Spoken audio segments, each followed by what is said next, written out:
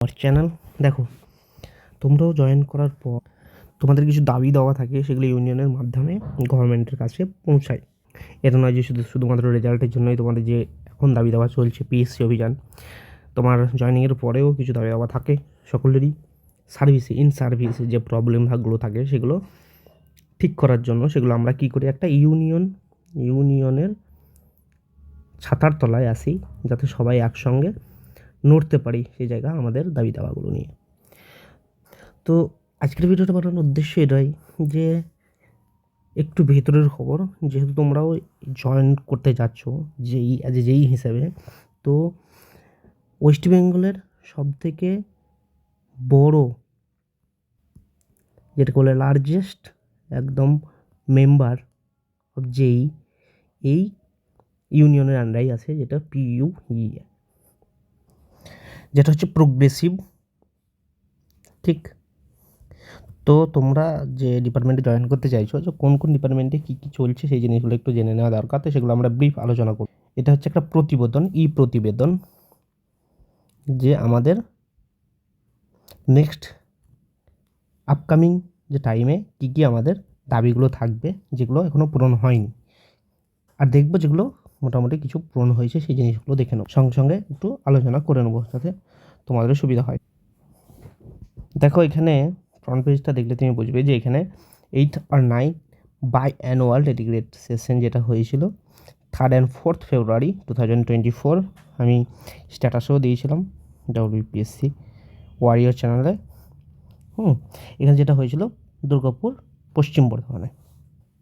প্রতিবেদনে যেভাবে আছে, প্রথমে ইন্ট্রোডাকশন, তারপরে কি প্রত্যেকটা ডিপার্টমেন্টের কিছু দাবি দাবা, যেমন এখানে দেখো PNRD, WRDD, তারপর PHE, ঠিক, PWD, UWMA আর KMDA, আর ব্লকে কিছু ডিপার্টমেন্ট, নির্মাণ সহায়ক প্রত্যেকের। তো এখান থেকে বোঝা যাচ্ছে যে এই ইউনিয়নের প্রত্যেক যে বিভিন্ন ডিপার্টমেন্ট থেকে সব কিন্তু এই ইউনিয়নের মধ্যে আছে। তো সকলের একটা বাল্ক যে পরিকল্পনা, যে দাবি দাবাগুলো, সেগুলো একত্রিত করা হয়েছে। এখানে দেখো বিভিন্ন স্তরে সম্মেলন ও সাংগঠনিক আলোচনার মাধ্যমে বিভিন্ন সময় যে দাবিগুলো উঠে এসছে সেগুলো একটু আলোচনা করা হয়েছে। ফার্স্ট অফ অল হচ্ছে জুনিয়র ইঞ্জিনিয়ার ক্যাডারের নোমেনকালচার, যেটা এখন সাব অর্ডিনেট। তোমরা যখন দেখবে যেই জয়েন করবে, তোমাদের অ্যাপয়েন্টমেন্ট লেটারে লেখা থাকবে সাব অর্ডিনেট ইঞ্জিনিয়ারিং সার্ভিস, যেটা অ্যাসিস্ট্যান্ট ইঞ্জিনিয়ারে আছে ইঞ্জিনিয়ারিং সার্ভিস। এখানে এটা চেঞ্জ করে জুনিয়র ইঞ্জিনিয়ারিং সার্ভিস করতে হবে। সেকেন্ড যেটা হয়েছে প্রিপ্রেস্টিজ, প্রমোশনকে সঠিকভাবে মূল্যায়নের মাধ্যমে সমস্ত স্তরের জুনিয়র ইঞ্জিনিয়ার ক্যাডারের বেতন ক্রম পুনর্মূল্যায়ন করতে হবে। তার মানে কি, এখন যে জেইর তোমাদের গ্রেড পে 4400 4400 গ্রেড পে আছে, যেটা পুনর্মূল্যায়ন করে 4700 4700 গ্রেড পে করার পরিকল্পনা করা হয়েছে, যেটা দাবি করা হয়েছে। ঠিক, এটাও দেখো, যখন 4400 আগে কিন্তু যখন ছিল 4200 গ্রেড পে ছিল, সেটা চেঞ্জ করে 4400 হয়েছে। এখন সেটা 4700 গ্রেড পে করার জন্য অনুমোদন করা হয়েছে, যেটা এখন জয়েন্ট BDO যে পোস্ট আছে তাদের আগে 4400 গ্রেড পে ছিল, সেটা এখন চেঞ্জ করে এরকমভাবে দাবি করে 4700 গ্রেড পে করা হয়েছে। এটাতে কি সুবিধা হয়, যে অ্যাজ এ যখন কেউ জয়েন করে, তখন 4400 গ্রেড পেতে জয়েন করার পর স্কেল পে মেট্রিক্সে দেখলে তোমরা বুঝবে 4400 পরে 4600 গ্রেড পে আছে, তারপর 4700 গ্রেড পে আছে, তারপর 4800 গ্রেড পে আছে, তারপরে কিন্তু 5400 গ্রেড পে আছে। তো এইচআরস বেনিফিট যখন হয় 4400 থেকে 4600, তারপরে 4700 হয়, তারপর 4800, তারপরে হয় 5400 গ্রেড পে।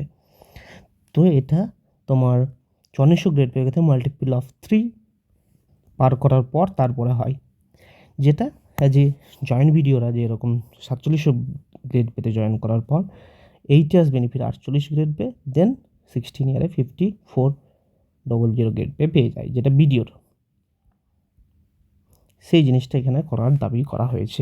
সেজন্য একটা JEE হতে বাই ডিফল্ট যে স্কেলটা পেতে, সেজন্য তোমার 8 × 3 টাইমস বেশি লেগে যায়।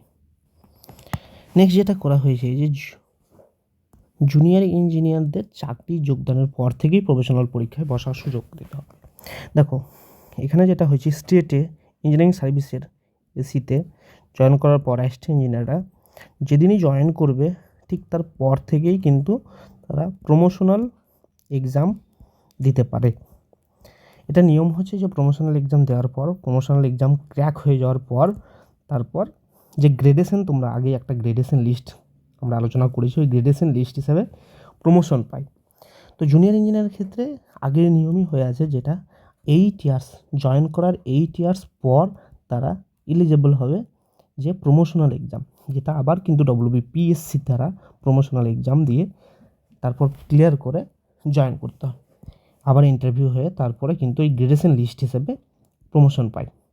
ঠিক, তো যেটা অ্যাসিস্ট্যান্ট ইঞ্জিনিয়ারের ক্ষেত্রে জয়েন করার পর থেকেই প্রমোশনাল এক্সাম দিতে হবে, যে এদের এখনও কিন্তু আগে 8 ইয়ার্স কমপ্লিট হওয়ার পর জয়েন করতে হবে।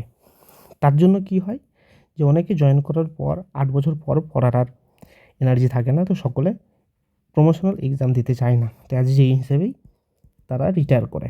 তো এই জিনিসটা যাতে চেঞ্জ করা হয়, যারা অ্যাকচুয়ালি কি এটাতে কি সুবিধা হয়, কখনো যখন জয়েন করার পড়াশোনার মধ্যেই থাকে তো প্রমোশনাল এক্সাম ক্র্যাক করতে সুবিধা হয় 8 বছর পর, যেটা এনার্জি অনেকেই পড়াশোনা ছেড়ে দেয়।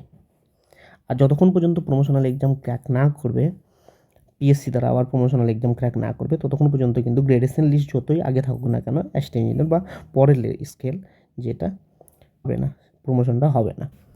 থার্ড যেটা যে service confirmation, health scheme beneficial, promotion, gradation list, MCAS benefit, তাদের ক্ষেত্রে প্রশাসনিক দীর্ঘসূত্রতা বন্ধ করতে হবে। অ্যাকচুয়ালি কি হেলথ স্কিম বা প্রমোশনাল গ্রেডেশন লিস্ট বার করতে অনেক লেট হয়। হেলথ স্কিমের কিছু কিছু জিনিস যেগুলো রিইম্বার্স করতে ওয়েস্ট বেঙ্গল থেকে WBHS West Bengal health scheme দেওয়া হয়, এখানে 2 লাখ পর্যন্ত ক্যাশলেস আছে, কিন্তু ক্যাশলেসের পরে যে এক্সট্রা টাকাটা যেটা লাগে সেটা রিইম্বার্স করতে এখনও পর্যন্ত প্রচুর টাইম লাগে। সেই জিনিসগুলো যাতে তাড়াতাড়ি করা হয় সেই জিনিসটা বলা হয়েছে এখানে।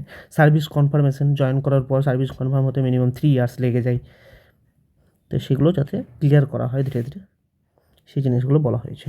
1 বছর প্রফেশনাল, তারপর যদি তাড়াতাড়ি কনফার্মেশনটা পেয়ে যায়, সেই জিনিসগুলো যাতে করা হয় সেটা কিন্তু সকলেই দাবি রেখেছে সব ডিপার্টমেন্ট থেকে। দেখো তারপরে হচ্ছে তোমাদের খুবই ইম্পর্ট্যান্ট জিনিস যেটা, যে পিএসসি পরীক্ষার মাধ্যমে দপ্তরে ইঞ্জিনিয়ারদের শূন্য পদগুলি অবিলম্বে পূরণ করতে হবে। আগেও বলেছি বড় বড় ডিপার্টমেন্ট PWD, PHE, ঠিক, PNRD, এসব ডিপার্টমেন্টগুলো প্রচুর ভ্যাকেন্সি পড়ে আছে। তো কী একজন একটা সাব ডিভিশনে 4টে যেই জায়গায় একটা যেই কাজ করছে, 3টে সেকশনে চার্জ নিয়ে চালাচ্ছে, এরকম অনেক জিনিসই হচ্ছে যেগুলো প্রবলেম হচ্ছে জব করতে। যাতে সেই প্রবলেমগুলো যাতে তাড়াতাড়ি দূর করা যায়, সেজন্য শূন্য পদগুলোকে খুব তাড়াতাড়ি ফিল আপ করার জন্য কিন্তু ইউনিয়ন থেকে দাবি রাখা হয়েছে। আর যে এক্সামটা যেটা হয় WBPSC JEE আর AE, সেটা যাতে খুব ইয়ারলি বা ইয়ারলি না হলেও 1 বছর 2 বছর পর যাতে রেগুলারলি করা হয়, সেই জিনিসের উপর কিন্তু জোর দেওয়া হয়েছে। নেক্সট যে 6 নম্বর সেটা হচ্ছে দেখো KMDA। তোমরা জানো KMDAতে কি এখনও পর্যন্ত কোনো হেলথ স্কিম কিন্তু চালু করা হয়নি।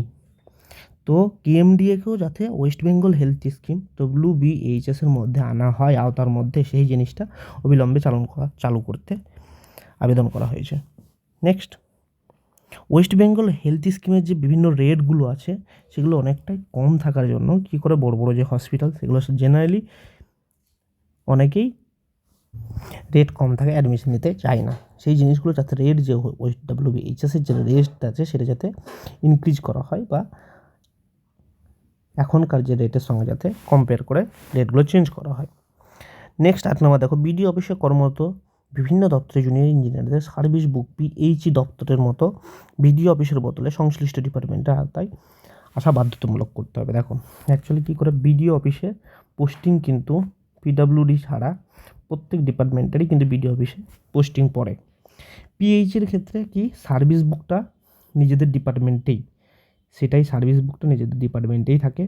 আর PHEদের ফার্স্ট পোস্টিং পরেই কিন্তু উঠিয়ে নেওয়া হয়, তারপর আর PHE জেনারেলে পোস্টিং দেওয়া হয় না BDO অফিসে। বাকি ডিপার্টমেন্টগুলো কি যে সার্ভিস বুক যে বিডিও অফিসে বাকি যে ডিপার্টমেন্টের বিডিও অফিসে পোস্টিং পড়ে তাদের কিন্তু সার্ভিস বুকটা বিডিও অফিসেই থেকে যায়। তো এগুলো আপডেট হতে একটু টাইম লেগে যায়, সেই জিনিসগুলো যাতে নিজের ডিপার্টমেন্টেই সার্ভিস বুকটা যেন থাকে, বিডিও অফিসে পোস্টিং হোক কিন্তু সার্ভিস বুকটা যাতে নিজের ডিপার্টমেন্টে থাকে সেটা নিয়েও কিন্তু বলা হয়েছে।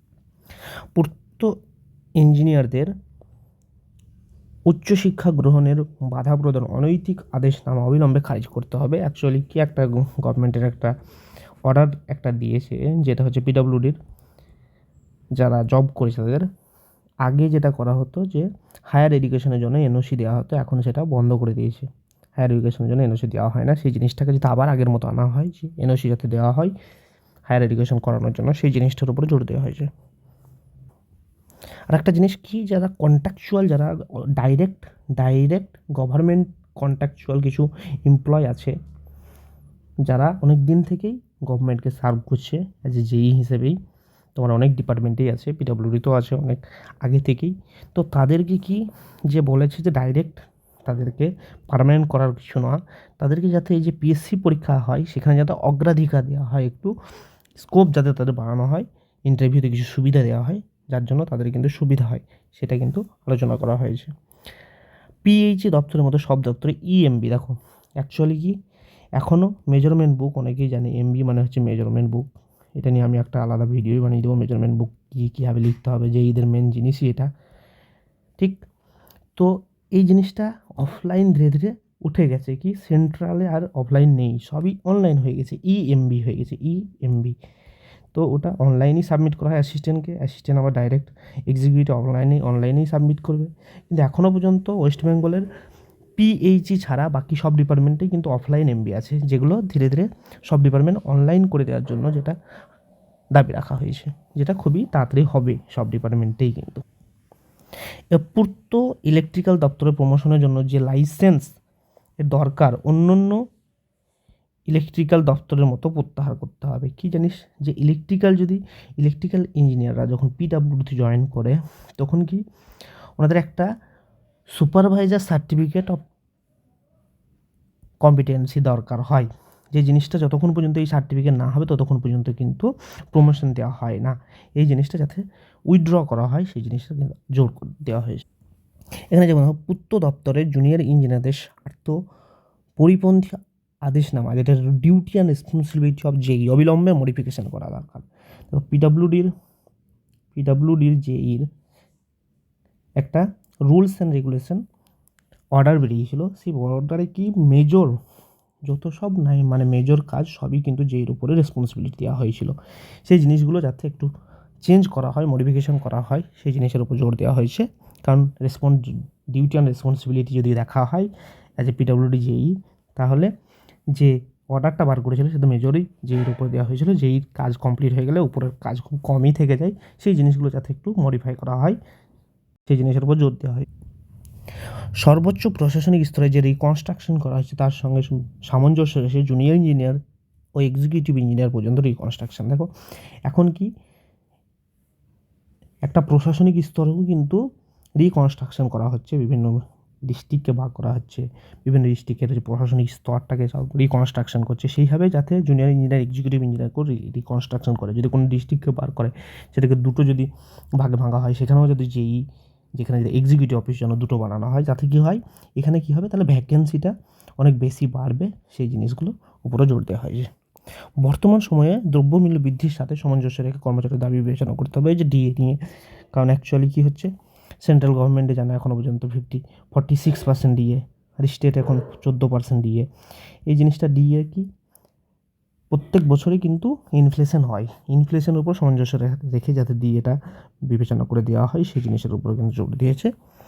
সমস্ত দপ্তরে ইঞ্জিনিয়ারদের non practising allowance and travel allowance, যেটা হয়েছে কি অনেকের ক্ষেত্রে কি অনেক ডিপার্টমেন্টে কী হয় যে সাইট যাওয়ার জন্য তারা ভেহিক্যাল কিন্তু প্রোভাইড করা হয় না, তো তারা নিজেরাই বাস বা কোনোভাবে ম্যানেজ করে যায়, সেখানে যাতে যদি না দেওয়া হয় সেই জায়গায় যাতে ট্রাভেল অ্যালাউন্স যাতে তারা ক্লেম করতে পারে, নন প্র্যাকটিসিং অ্যালাউন্স যাতে ক্লেম করতে পারে সেই জিনিসের উপর জোর দেওয়া হয়েছে।